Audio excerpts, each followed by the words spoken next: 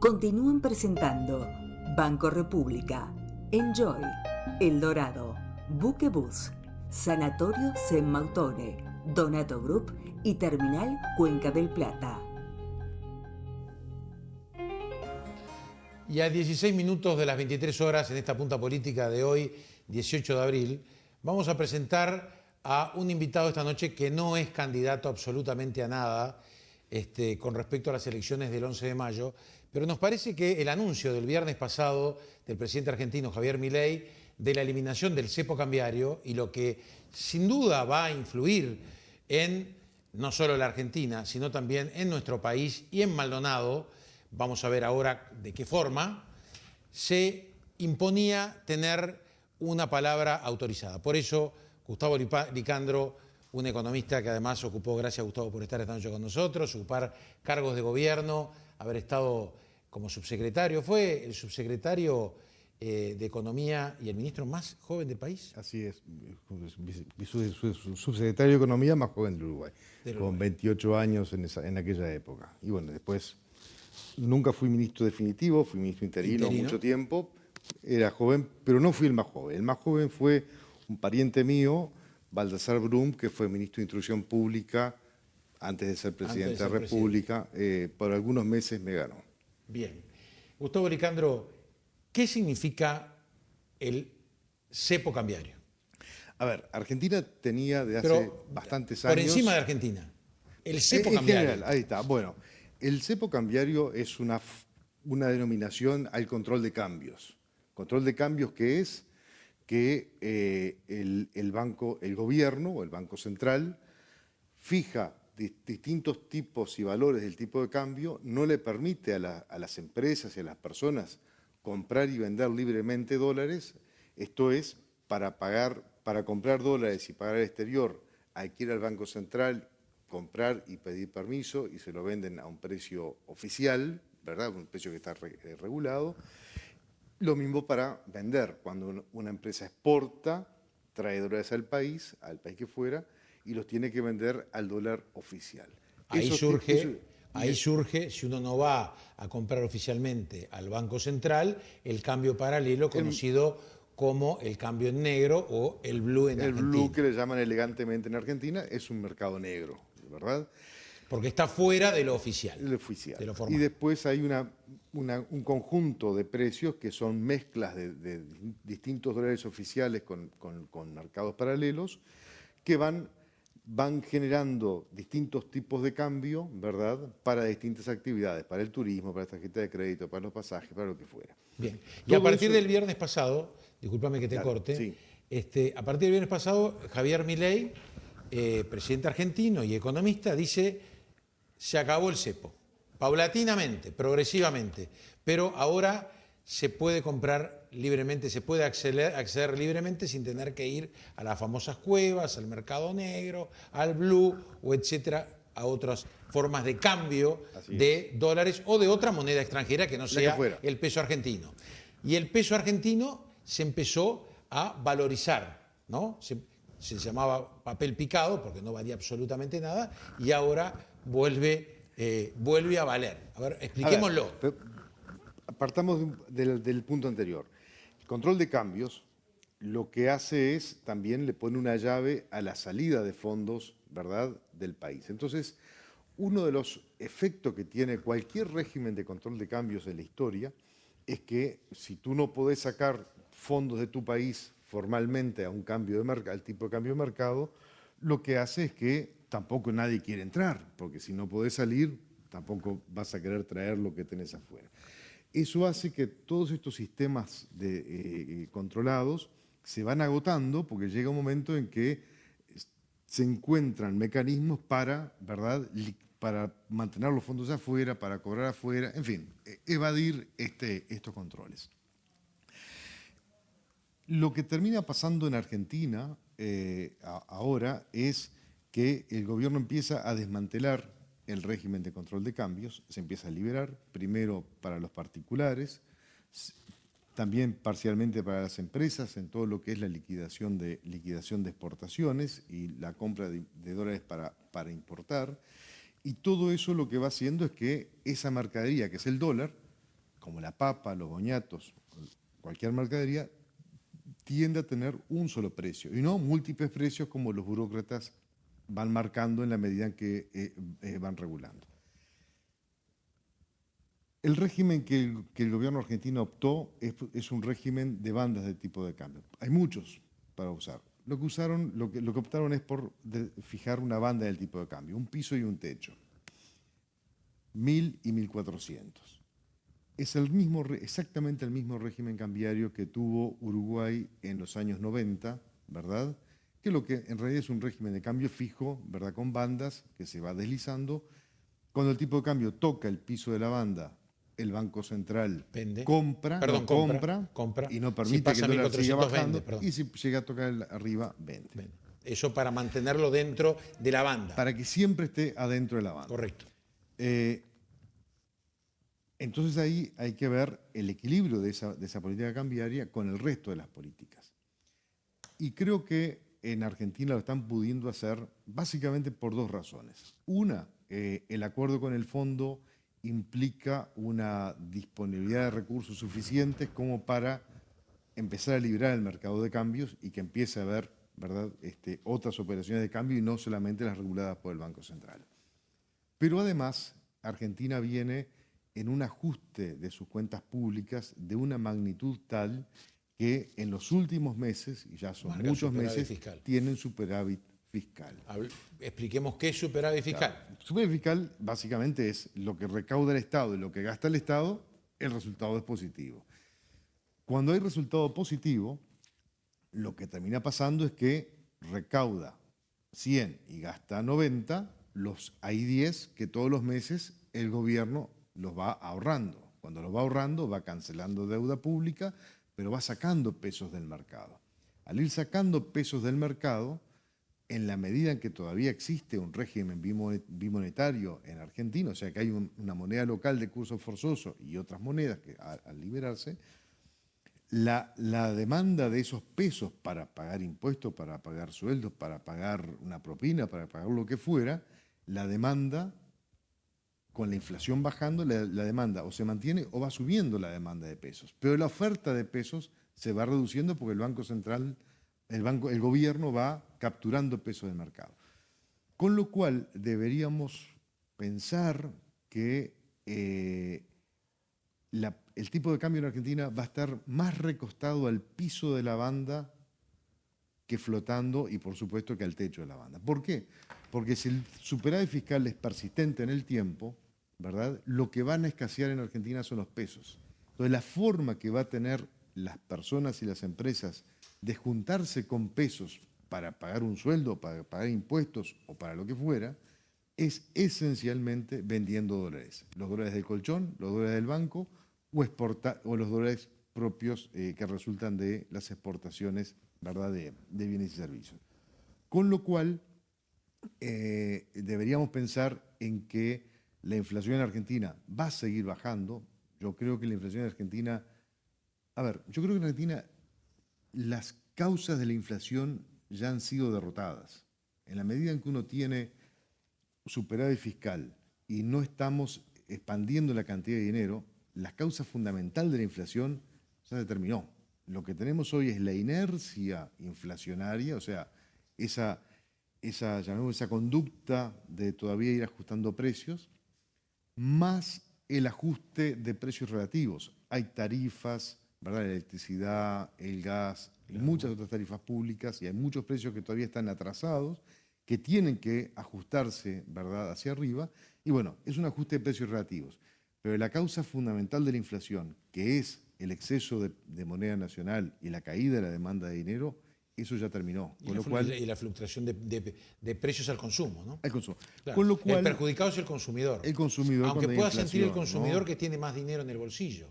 Pero es una ilusión óptica. Es una ilusión. O sea, la inflación es un impuesto que se le cobra al asalariado y a los jubilados, a todos aquellos que perciben un ingreso de moneda nacional y que no pueden defenderse, ¿verdad?, con otra. Bien, Gustavo. Ahora, lo que queda claro que esto que tú explicás de las bandas, de los 1.400 y de los 1.000, en esta semana, por ejemplo, que fue, digamos, más allá que llegó el apoyo del fondo, se anunció sin el apoyo del fondo, pero era obvio. Era obvio Que estaba acordado sí. con el fondo, porque tenían ese respaldo.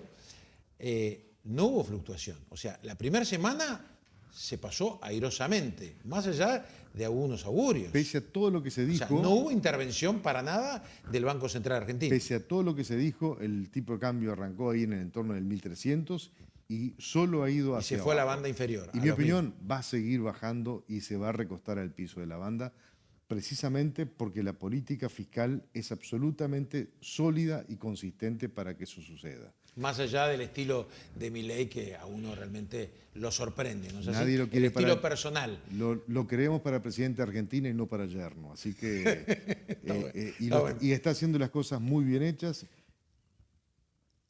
Es un presidente que está marcando la diferencia de los últimos 120 años de Argentina. Así que creo que tenemos que ser...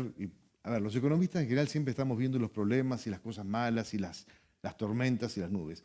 Yo hoy, con todo lo que es análisis con respecto a Argentina, soy de un optimismo que hacía mucho tiempo no tenía con ningún gobierno de ningún país. Bien, optimismo para Argentina. Para Argentina. Ahora, la pregunta es, un uruguayo que nos está viendo, que la mayoría obviamente no somos de un gran conocimiento en materia económica, ¿no? Más allá de algunos más informados, otros menos informados.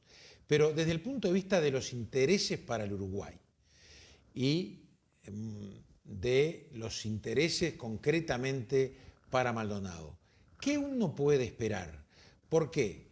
Porque yo puedo pensar en un argentino que no ha tenido confianza en su mercado. Si yo tenía dinero en el exterior para cuidarlo, ¿no? Muchos podrán decir para negrear. No, yo para cuidarlos, para no perderlos. Como sucedió en la Argentina y muy recientemente.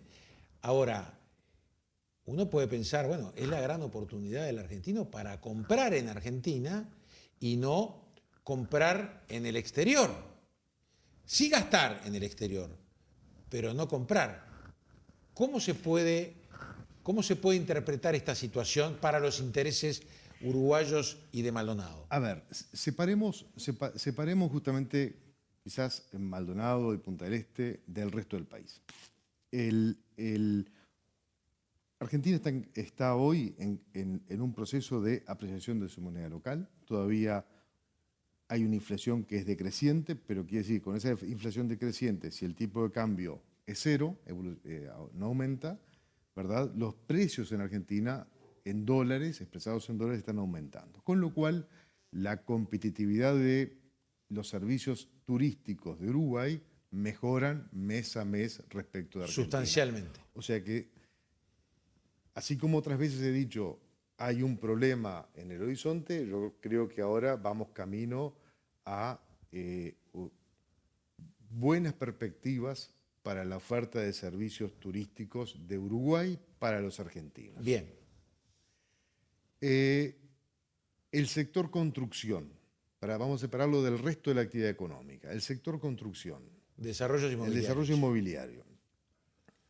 Y en particular Punta del Este, en particular el departamento de Maldonado y también parte de Montevideo, sigue lo que es el comportamiento de los precios en Argentina. Entonces, hoy lo que tenemos en Argentina es un metro cuadrado que día a día aumenta su valor en dólares.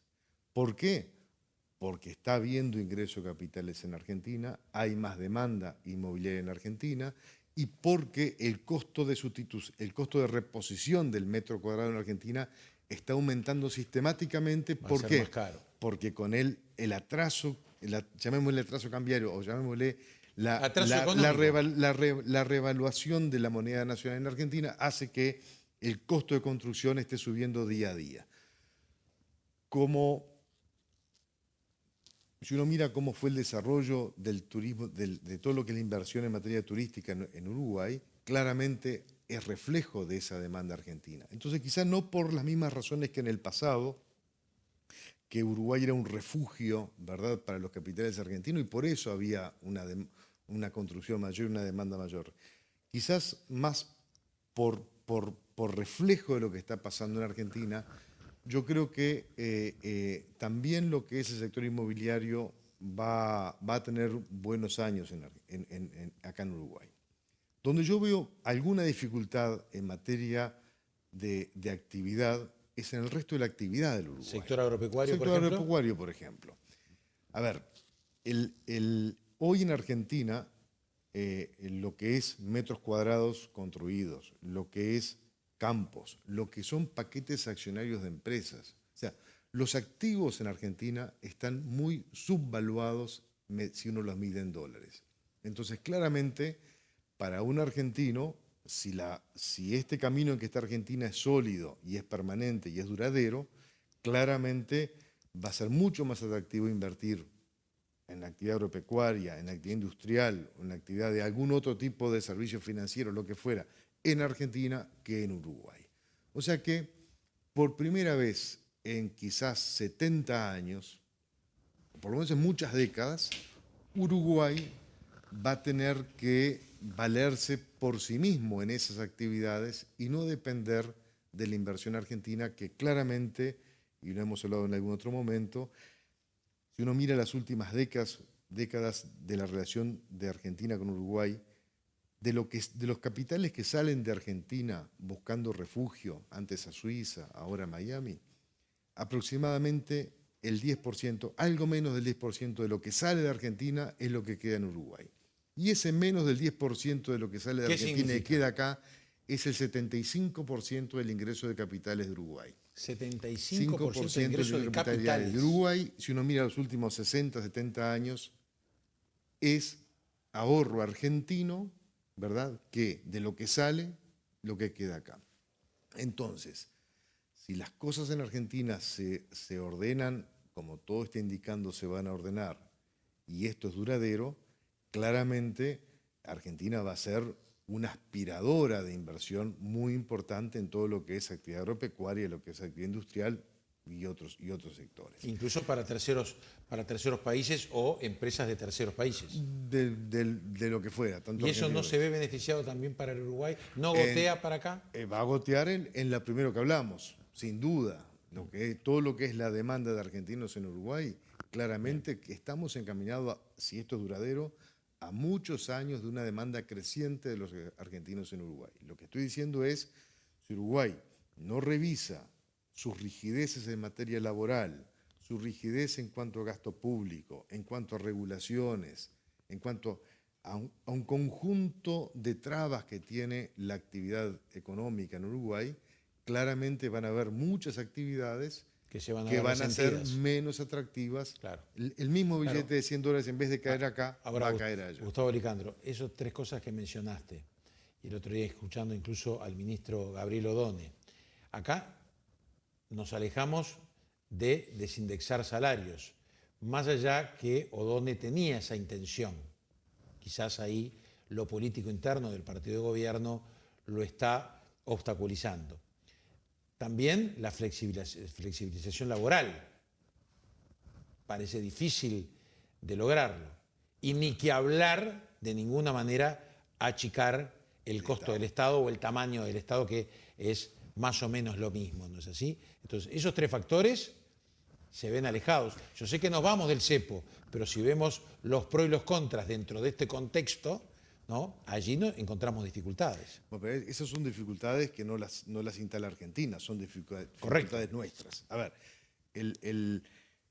los consejos de salarios los eliminé yo hace muchos años y fue una medida muy exitosa. El desempleo bajó, los salarios subieron y recién en el 2005 se reinstalaron los consejos de salarios. Yo personalmente pensé que se iban a reinstalar mucho antes, pero recién en el 2005.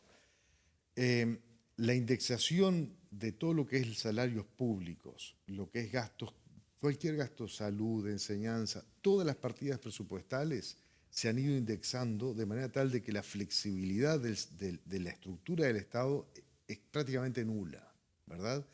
Bueno, todas esas cosas son un peso. A ver, la inversión en Uruguay, la inversión total del Uruguay, es muy baja si uno lo compara con el resto del mundo. 2024 cerramos en 17% del producto, cuando los países similares a Uruguay y en el resto del mundo están invirtiendo 24 o 25%. La media del mundo es 27%. Pero de ese 17% de inversión bruta, parte es la reposición de la amortización de capital que año a año hay que reponerlo. Ese número está entre 14 y 15% anual. Quiere decir que la inversión neta en Uruguay es muy bajita, pero muy baja. Estamos hablando de 2-3 puntos por año de inversión neta. Un país no crece, no tiene chances de crecer, ¿verdad?, con una inversión tan baja. Y la inversión está directamente asociada a la rentabilidad que tiene el empresario de realizar esa inversión. No está asociada a privilegios, a prebendas o a mecanismos de ayuda. La gente, el empresario mira qué riesgo está asumiendo, qué renta va a tener, ¿verdad?, y cuáles son las seguridades que le da el mercado.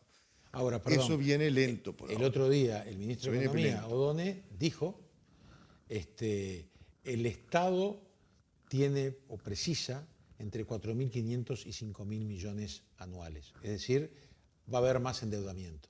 Pero por otra parte invitó a el privado para llegar al crecimiento de los 3 puntos anuales, ¿no?, 3 puntos porcentuales anuales, estoy hablando de puntos del Producto Bruto Interno, convocó al empresariado a invertir. Es decir, por un lado, el Estado precisa para bancar el aparato estatal, ¿no?, y eso sería deuda, contraer más deuda, y por otro lado, tener la inversión para que el privado genere mano de obra, salario, aportes, etcétera, etcétera. Eso, en el horizonte corto, ¿tú lo ves posible? No, yo creo que eso no va a suceder. A ver, en los años del periodo de José Mujica, que fueron los años de viento de cola más espectaculares que hubo en Uruguay desde la Primera Guerra Mundial, la inversión total llegó a 22, 21, 22%. Todavía lejos de esa media del resto del mundo. Y después vuelve, es casi como un resorte, vuelve a ese 17, 18% anual. Es muy difícil que alguien esté pensando, o sea, que la sociedad esté pensando en un crecimiento de la inversión con un tamaño del Estado como tenemos. Hoy estamos en torno del 36% del producto. No ha parado de subir del año 2005 a hoy. Solamente bajó en el periodo, y me tocan las, ¿cómo se llama? La generalidad de la ley. En el periodo de la calle Herrera, cuando bajó al 22% del producto, ¿verdad? Y después subió, y después en el periodo de Jorge Valle, por la crisis, no por acción de gobierno, por la crisis también bajó un poquito y terminó en 25, ¿verdad? Pero desde el 2005 en adelante pasó de 25 a 36% del producto, sin parar de subir. Con una presión tributaria que también sube fuertemente, pero aún así estamos con una situación fiscal de un déficit fiscal del entorno de 5 puntos del producto. Está bien, pero el ministro de Economía también descartó mayor peso impositivo, o sea, mayores impuestos. No lo va a haber, quiere decir que todo se va a financiar con más deuda, como pasó en el periodo pasado. Claro. Pero por otro lado, Gustavo, y con esto terminamos, acá se ha dicho, incluso por parte de algún actor político de Maldonado, que el uruguayo no puede vivir con un salario de 25.000 pesos, ¿no es así?, y con un país tan caro como el que tenemos. Y no va a dejar de ser caro mientras tengas un Estado de ese tamaño, con una economía cerrada todavía, digamos, básicamente bajo el paraguas del lance externo común del Mercosur, ¿verdad? Y con un conjunto de regulaciones tan potente. Uruguay no se va a abaratar, digamos, llamémosle, por las buenas. En este camino en que estamos, Uruguay sigue siendo un país caro. Lo que, digamos, volviendo al tema argentino, es que el escalón de precios que está teniendo Argentino es tan potente, ¿verdad?, por la estabilización y por el ingreso de capitales que ya empieza a haber en Argentina, que eso, por lo menos para este departamento, va a quedar muy disimulado, al revés. Y creo que es bueno decirlo, digamos, hay que ser optimistas con lo que viene para este departamento, ¿verdad?, en función de lo que está pasando en Argentina hoy. Nos quedamos con esa última frase. Y creo que es bueno porque los economistas siempre estamos hablando en difícil, porque vivimos de esto, no porque esto sea difícil, ¿verdad? y siendo siempre en cacería de brujas de los aspectos negativos. Yo creo que hay que ser muy positivo y muy optimista con lo que está pasando en Argentina y, en definitiva, cómo impacta en particular acá. Y nos quedamos con Milei como presidente y no para yerno. No para ayer. Amigos, Gustavo Licandro esta noche hablando de la eliminación del cepo en la República Argentina. Hacemos una pausa cuando son las 23:09 para ingresar nuevamente o reingresar en las elecciones departamentales con 3 candidatos a 3 municipios diferentes. Allí tendremos al municipio de Maldonado, al municipio de Punta del Este y al de Apán de Azúcar. Ya venimos.